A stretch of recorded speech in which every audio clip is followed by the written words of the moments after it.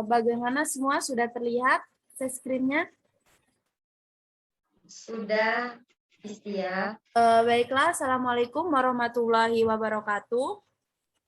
Waalaikumsalam warahmatullahi wabarakatuh. Perkenalkan, nama saya Istianisi dari Prodi Sarjana Terapan Keperawatan Profesi Nurse Poltekkes Kemenkes Bengkulu, tingkat 2. Di sini saya akan melakukan penyuluhan tentang perilaku tanggung jawab masyarakat dalam anti korupsi. Sebelumnya saya ucapkan terima kasih kepada kakak-kakak yang telah bersedia bergabung di dalam penyuluhan kali ini. Baik, langsung saja akan saya jelaskan. Yang pertama ada definisi korupsi.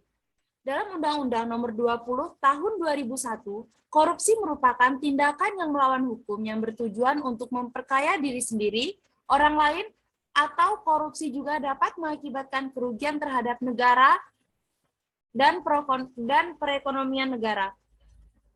Selanjutnya ada definisi korupsi dari Syekh Hussein Alatas, yaitu subordinasi kepentingan umum yang digunakan untuk kepentingan pribadi yang mencakup pelanggaran norma, tugas, dan kesejahteraan umum yang telah diakui dengan kerahasiaannya, makar penipuan, dan tidak mengetahui konsekuensi yang diterima oleh masyarakat. Selanjutnya ada ciri-ciri korupsi. Yang pertama, korupsi senantiasa melibatkan lebih dari satu orang. Yang kedua, korupsi biasanya dilakukan secara rahasia, kecuali korupsi itu telah merajalela. Yang ketiga ada korupsi melibatkan elemen kewajiban dan keuntungan timbal balik. Kewajiban dan keuntungan itu tidak selalu berupa uang. Selanjutnya adalah mereka yang mempraktekkan cara-cara korupsi biasanya berusaha untuk menyelubungi perbuatannya dengan perlindungan di balik pembenaran hukum. Selanjutnya, mereka yang terlibat korupsi menginginkan keputusan yang tegas dan mampu untuk mempengaruhi keputusan-keputusan itu. Dan setiap perbuatan korupsi mengandung penipuan biasanya dilakukan oleh badan publik atau umum. Dan yang terakhir, setiap bentuk korupsi adalah suatu pengkhianatan kepercayaan. Baiklah, selanjutnya ada jenis-jenis korupsi. Yang pertama terkait keuangan negara, yang kedua ada suap menyuap, ketiga penggelapan dana jabatan, yang keempat ada pemerasan, kelima perbuatan curang, keenam benturan kepentingan dan pengadaan, serta korupsi terkait gratifikasi. Selanjutnya ada faktor penyebab korupsi. Yang pertama ada faktor internal, yaitu terdiri atas aspek perilaku dan aspek sosial. Dari aspek perilaku, sifat tamak atau rakus manusia, moral yang kurang kuat, penghasilan kurang mencukupi, gaya hidup yang konsumtif, malas tidak mau bekerja, dan ajaran agama yang kurang diamalkan. Sedangkan dari aspek sosial, adanya dorongan dari keluarga. Selanjutnya dari aspek eksternal atau aspek luar, yaitu ada aspek organisasi, aspek masyarakat, aspek ekonomi, aspek politik, dan aspek hukum.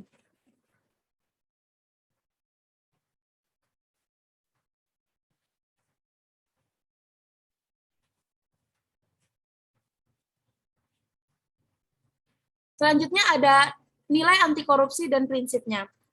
Nilai-nilai anti korupsi terdiri atas 9, yaitu berani, jujur, mandiri, peduli, adil, disiplin, kerja keras, tanggung jawab, serta sederhana. Sedangkan prinsip anti korupsi ada akuntabilitas, transparansi, kewajaran kebijakan, dan kontrol kebijakan. Selanjutnya ada nilai anti korupsi, yaitu tanggung jawab. Tanggung jawab merupakan salah satu isi dari 9 sikap anti korupsi. Sebagai upaya pencegahan korupsi, sikap tanggung jawab merupakan hal terpenting yang harus dimiliki oleh setiap individu untuk mempertanggungjawabkan pekerjaan yang telah dibebankan untuk dijalankan dengan sebaik-baiknya. Sikap tanggung jawab merupakan salah satu poin yang harus dimiliki oleh seseorang untuk menghindari perilaku korupsi. Dalam upaya pencegahan, setiap individu harus mempunyai sikap untuk bertanggung jawab atas tindakan, keputusan, dan resikonya.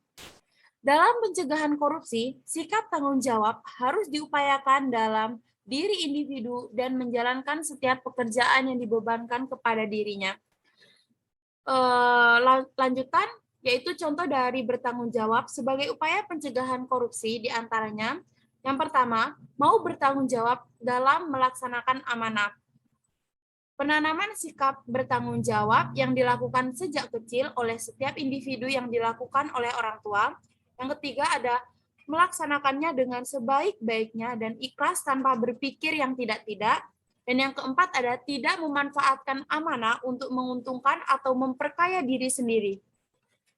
Sikap tanggung jawab juga siap mengambil resiko dari apa yang dibuat, sehingga dengan begitu bila mempunyai rasa tanggung jawab maka tidak ada pemikiran untuk melakukan korupsi.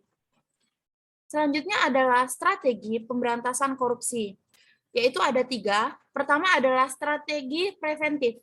Strategi preventif diarahkan untuk mencegah terjadinya korupsi dengan cara menghilangkan atau meminimalkan faktor-faktor penyebab atau peluang terjadinya korupsi.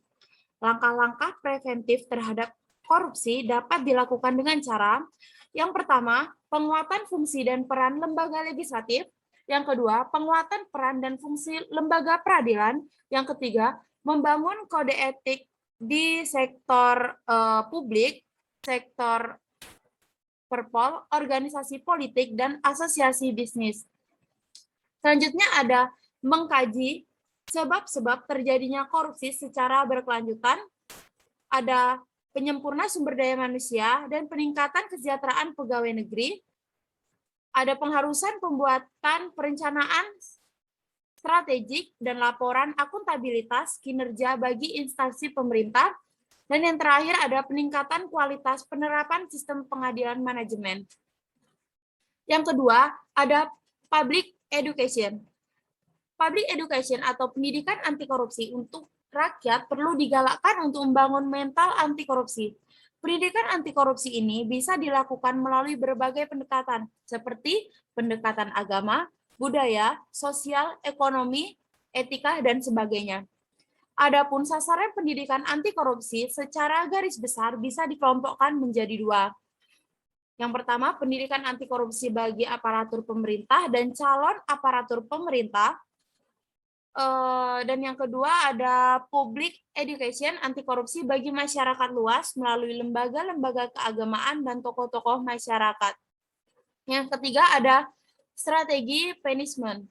Strategi punishment adalah tindakan memberi hukuman terhadap pelaku tindak pidana korupsi dari sekian banyak peraturan perundang-undangan anti korupsi yang ada. Salah satu yang paling populer barangkali Undang-Undang Nomor 30 Tahun 2002 tentang KPK. KPK adalah lembaga negara yang bersifat independen, yang dalam pelaksanaan tugas dan kewenangannya bebas dari kekuasaan manapun. Selanjutnya ada dampak korupsi, yaitu terdiri atas dampak ekonomi, dampak sosial dan kemiskinan, dampak birokrasi pemerintah, dampak politik dan demokrasi, dampak terhadap penegakan hukum, dampak terhadap HAM-KAM, dan dampak terhadap kerusakan lingkungan. Baiklah kakak-kakak sekalian, itulah yang dapat saya sampaikan mengenai materi anti korupsi. Lebih kurangnya saya mohon maaf. Saya persilakan untuk kakak-kakak sekalian yang ingin bertanya.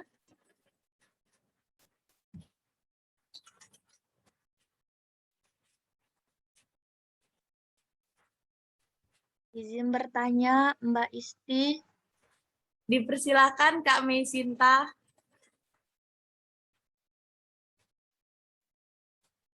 Baik, saya Mesinta, izin bertanya. Apakah memberi uang kepada petugas kelurahan pada saat mengurus KTP merupakan korupsi? Jelaskan. Terima kasih, Mbak Isti.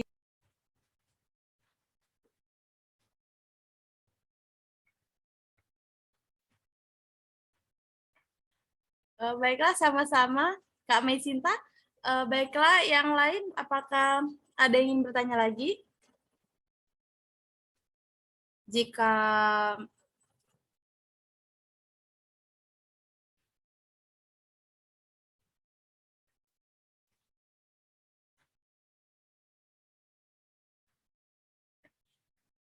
baiklah, jika belum ada, saya akan mencoba menjawab pertanyaan dari Kak Mesinta.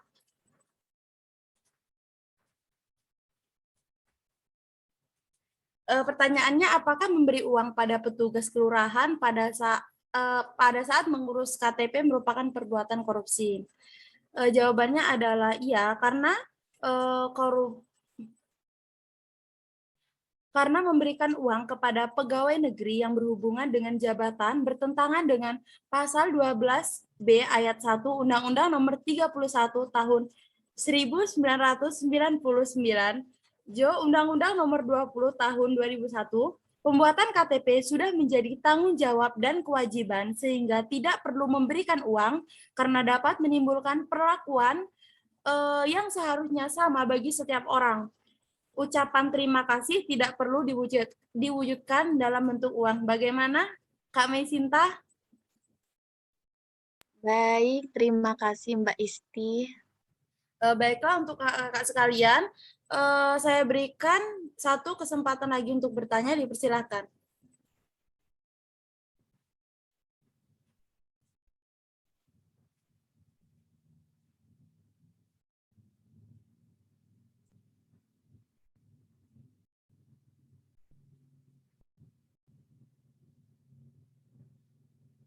Bagaimana? Masih ada yang ingin bertanya?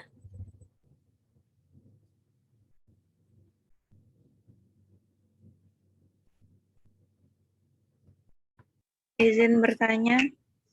Dipersilakan kepada Kakak Roro Anggi. Baiklah, terima kasih sebelumnya. Saya ingin bertanya,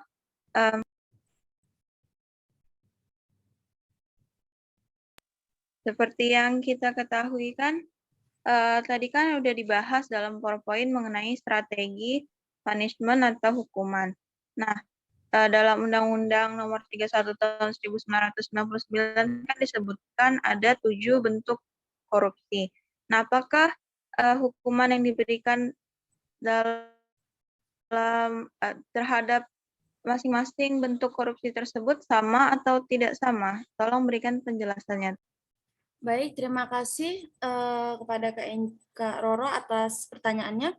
Baiklah, kita uraikan satu persatu. Yang pertama, ada 7 jenis korupsi, yang yaitu melawan hukum, yang kedua menyalahgunakan kewenangan, yang ketiga penyuapan, dan keempat penggelapan dalam jabatan, yang kelima pemerasan dalam jabatan, yang keenam berkaitan dengan pemborongan, dan yang ketujuh ada gravitasi.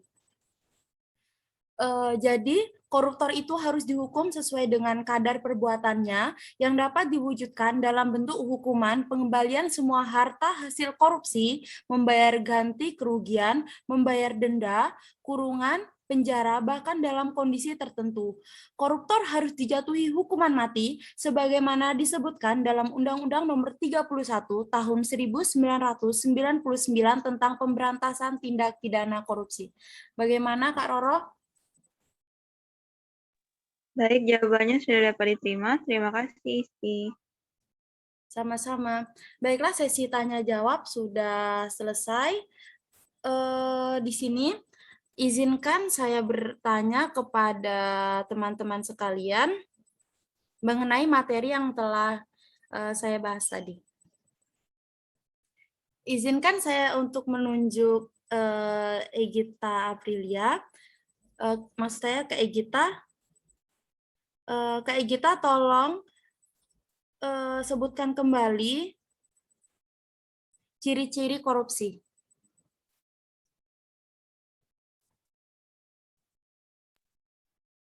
Baiklah, saya ingin menjawab. Ciri-ciri dari korupsi itu yang pertama ada korupsi senantiasa melibatkan lebih dari satu orang. Yang kedua, korupsi biasanya dilakukan secara rahasia kecuali korupsi itu telah merajalela. Selanjutnya ada korupsi melibatkan elemen kewajiban dan keuntungan timbal balik. Kewajiban dan keuntungan itu tidak selalu berupa uang. Selanjutnya ada mereka yang mempraktikkan cara-cara korupsi. Korupsi biasanya berusaha untuk menyelubungi perbuatannya dengan berlindung di balik pembenaran hukum. Selanjutnya ada mereka yang terlibat korupsi menginginkan keputusan yang tegas dan mampu untuk mempengaruhi keputusan-keputusan itu. Selanjutnya, setiap perbuatan korupsi mengandung penipuan biasanya dilakukan oleh badan publik atau umum seperti masyarakat. Dan yang terakhir, ciri-ciri korupsi adalah setiap bentuk korupsi adalah suatu pengkhianatan kepercayaan. Terima kasih. Baiklah, terima kasih kepada Kak Gita. Jawabannya sangat bagus. Selanjutnya saya minta kepada Kak Miko untuk menyebutkan apa aja dampak dari korupsi.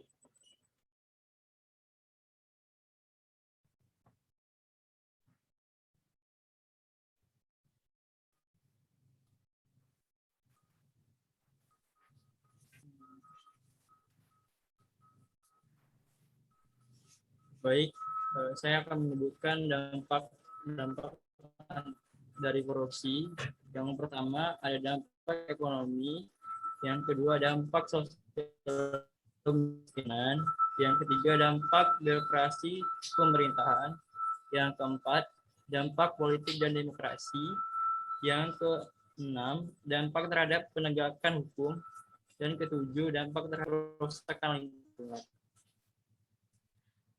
Baik, terima kasih Kak Miko. Baiklah, untuk sesi penyuluhan kali ini telah selesai. Saya ucapkan terima kasih kepada kakak-kakak yang telah hadir di dalam penyuluhan ini. Kurang lebihnya saya mohon maaf. Wabillahi taufiq wal hidayah. Wassalamualaikum warahmatullahi wabarakatuh.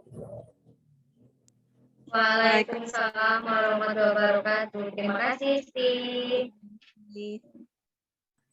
Sama-sama.